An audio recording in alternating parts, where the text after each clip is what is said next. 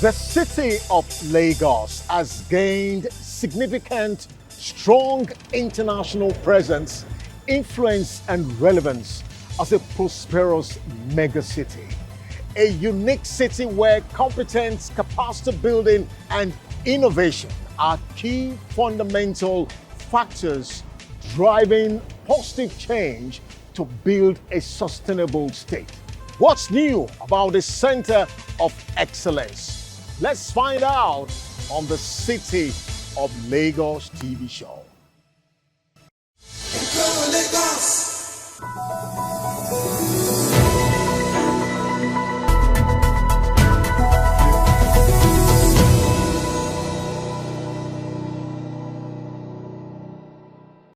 As a proactive sub-regional government, adjudged as the economic nerve center of the country, with strategic and viable human, natural, and capital resources.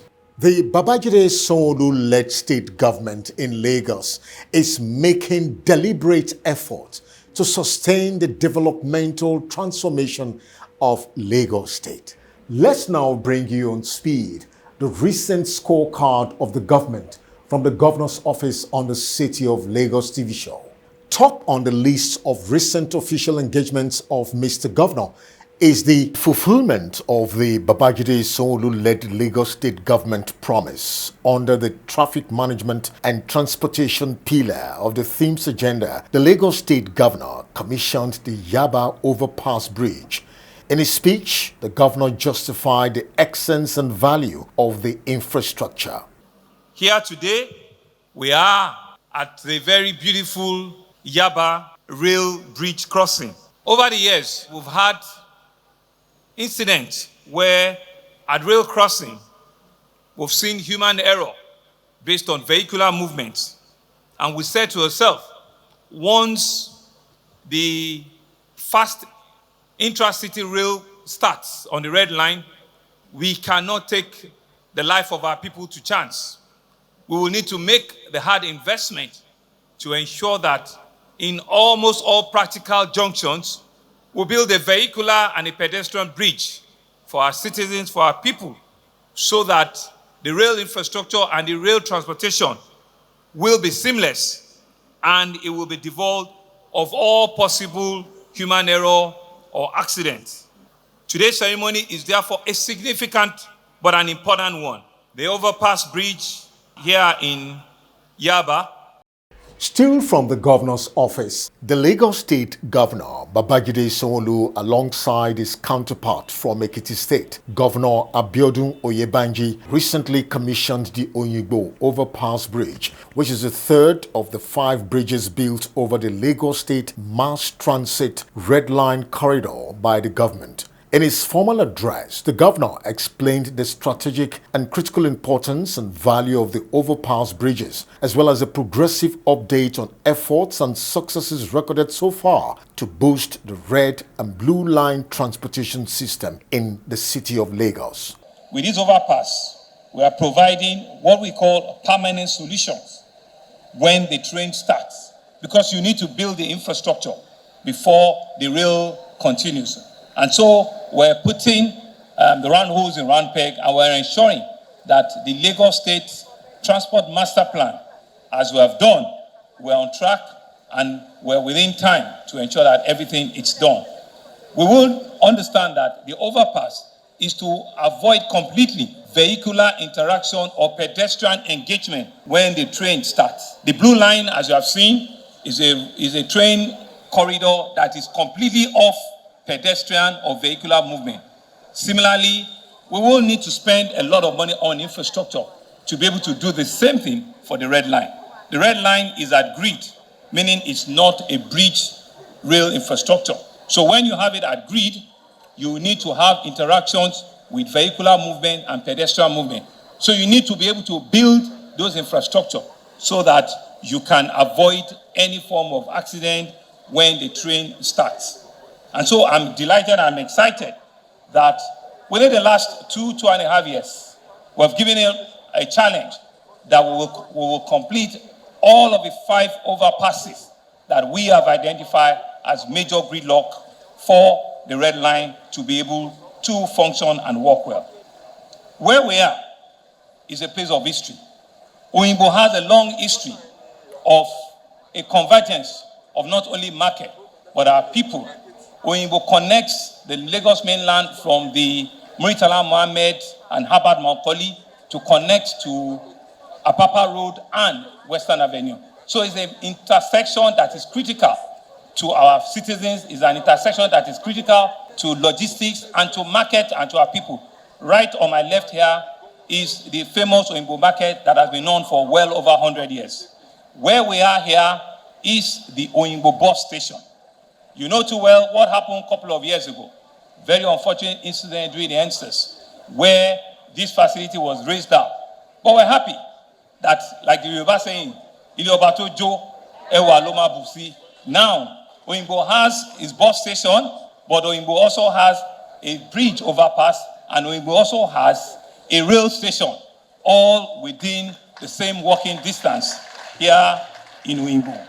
Before the commissioning proper, the Ekiti State Governor will express his appreciation to Governor Babajide Sanwo-Olu for being part of the commissioning, asserted that Lagos State has become a model for transformational leadership reforms and development. Appreciation to Mr. Governor for inviting me as the special guest of honor to this mind-blowing event, and also to express my gratitude to Lagosians for electing Governor Sanwo-Olu for a second term in office, without which we wouldn't have been here today. Today's event speaks to what is possible when you have a government that believes in the vision, in the policies and the programs of its predecessors. Mr. President, as Governor of Lagos State, emplaced the building blocks for a new Lagos, on which Governors Fashola, Ambode, and now Governor Sanwo-Olu is building on. The import of this is that the people are the ultimate beneficiary of such. Ekiti State has a lot to learn from Lagos State. In our 27 years as a state, this is the first time we are having a back-to-back government, of which a government will succeed itself. And for the past 1 year, we are committed to completing the projects envisioned by Governor Kayode Fayemi. Most of them have been completed. Some are in various stages of completion. My advice to Lagosians is Lagos State has become a model for transformative leadership, for reforms, for innovation, and for good governance. And when you have a system that works, you must guide it jealously. Another significant development from the governor's office is the Lagos State government, in partnership with Enterprise NGR, has established the Lagos International Financial Center and Council. The Lagos State governor, who happens to be the chairman of the Center and Council, further gave the council legal backing by signing an executive order number 3 during the inauguration of the Center and Council members in Lagos. The governor, while inaugurating the council members, noted the great futuristic benefits of the center and council to the financial development of the state. For us to continue to be globally competitive, to continue to be an extremely very resilient city, there are some boxes that we must tick. We must be able to stand shoulder to shoulder with other mega cities of our status anywhere in the world. And so that's why today I will sign an executive order number 3, which is an order for the establishment of a Lagos International Financial Center, to be known as LIFC.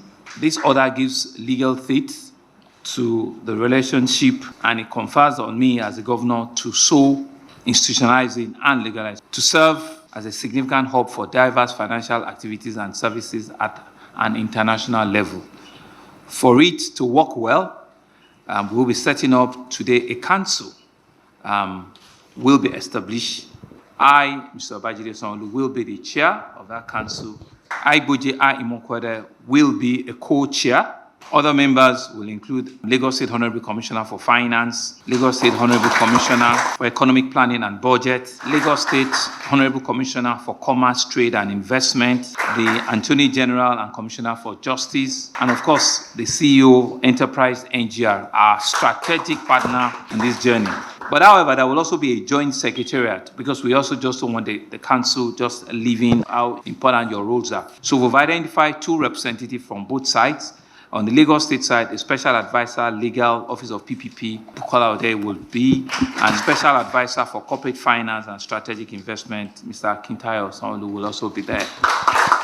On the enterprise NGL, the director of policy and public affairs will be in that working secretariat, and the head of corporate services and company secretary. As part of the responsibility, LIFC shall be responsible for the strategic planning, implementation, and oversight of LIFC. The council shall establish relevant subcommittees to manage different aspects of LIFC development, including but not limited to business environment, financial sector development, infrastructure development, human capital development, and reputation management. The subcommittees shall report to the council at agreed intervals, ensuring transparency, accountability in line with the establishment and operation of LIFC. In terms of implementation, all departments and agencies in Lagos State government are hereby directed to cooperate fully with the LIFC Council and provide assistance as may be required to implement this order from time to time. I signed this order today, the 3rd day of November 2023. In his response, the chairman of Enterprise NGR, Ike Mokwede, who reeled out his wealth of experience in relation to the mandate and mission of the center and council, submitted that with the center, Nigeria will surely become Africa's premier financial center. I live by the statement that the best way to predict the future is to create it. I'm always striving to create a future that works for me, for us, and of course, for unborn generations to come. This thinking is at the heart of Enterprise NGR's mission and our collaboration with Lagos State. My career as a banker is just like that of His Excellency Governor Babajide Sanwo-Olu, and it reflects the profound impact that careers in law, banking, finance, insurance, accounting, consulting can have on citizens and entire countries indeed. It was law, banking, and finance that set me on the path of buying Access Bank in partnership with Herbert Wigwe, also an accountant who is now also a lawyer. And you can see the effect of that influence in propelling Access Bank into what it has become and the marks it has left in Lagos, Nigeria, Africa, and beyond. I remain driven by the belief that our country must leverage the financial sector as a key pillar for economic transformation. It is this belief that led me to Access Bank. It is this belief that caused us, in addition to Access Bank, to establish the Coronation Group, a technological-driven ecosystem that covers all facets of finance. It is this belief in the power of financial markets that resulted in my serving as chairman of the Nigerian Stock Exchange and leading its demutualization in 2021, and also serving as the founding chairman of FMDQ OTC Exchange. I assumed the role of chairman of Enterprise NGR in 2021, and I hold this responsibility with great pride. And I don't think it's just a position. It's a commitment to the growth and development of Nigeria's financial and professional services sector. And I firmly believe that using Lagos State as our flag bearer, Nigeria will become Africa's premier financial center. And finally, from the governor's office this week, the Lagos State government, under the able leadership of the executive governor, Mr. Babajide Sanwo-Olu, has injected fresh, capable and competent personnel into the cabinet and the vibrant body of permanent secretaries with the training of a new ESCO member and permanent secretaries.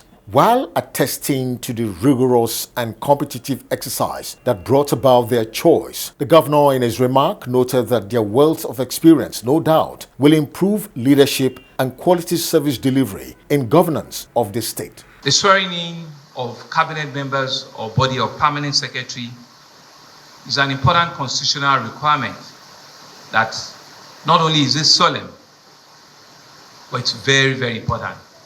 And it takes to admit people to the highest level in the service of Lagos State. And it's therefore my honor to congratulate Dr. Kemi Ogunyemi, the newly sworn in State Executive Council member. Your appointments haven't been confirmed by the State House of Assembly.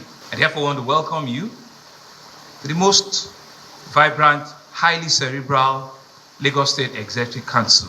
But we know that the wealth of experience you are bringing, the professional skills you have acquired, your expertise, and your doggedness, we believe will shine you out and stand you tall amongst your peers in the cabinet. So once again, I want to congratulate you and believe that you will immediately settle in so that the government and the people of Lagos can harness your full potential and help actualize all of the earnings that we look forward in your portfolio. As Special Advisor Health. My hearty congratulations also to Mr. Gbolahan Adeunmi Ogunsoyan and Mrs. Motilayo Yaba Overhead, who have just both been sworn in into this very, very enviable position of the body of permanent secretary in the most vibrant civil service in the country. The public service of Lagos prides itself as a beacon and as a shining example of what public service is and should be in Nigeria. And so, to be so appointed and identified from a very, very rigorous exercise to be a member of this body of permanent secretary is worthy of celebration, and I think it's been appropriately defined as the most outstanding body of all bodies of permanent secretary in our country. I think it's important to also note that to achieve those levels, they've gone through very extensive competitive exercise, and that exercise continues to be where we pride ourselves as doing things differently in Lagos. We know too well that the pressure to be permanent secretary is high, but we'll always pride ourselves that it's the very best of the whole lot that we bring out at all times. I want to congratulate Mr. Ogunsoya, who will be permanent secretary in the cabinet office, and also Mrs. Seriki Bello, who will be permanent secretary in the Teaching Service Commission, TESCOM. You can see that indeed these are very strategic and very critical assignments that have been given to them. But we know too well that given their pedigree, given their years of service in the service of Lagos State, they will fit in and they will settle in into this position very, very quickly. The expectations are high, the rudiments are intense, and I know that you have all it takes to not only support the body of permanent secretary, but also assure me of the confidence that the head of service and myself have in your capacity. So I want to wish you the very best in your assignment. And that's a wrap from the Governor's Office segment on the City of Lagos TV show. Thanks for watching.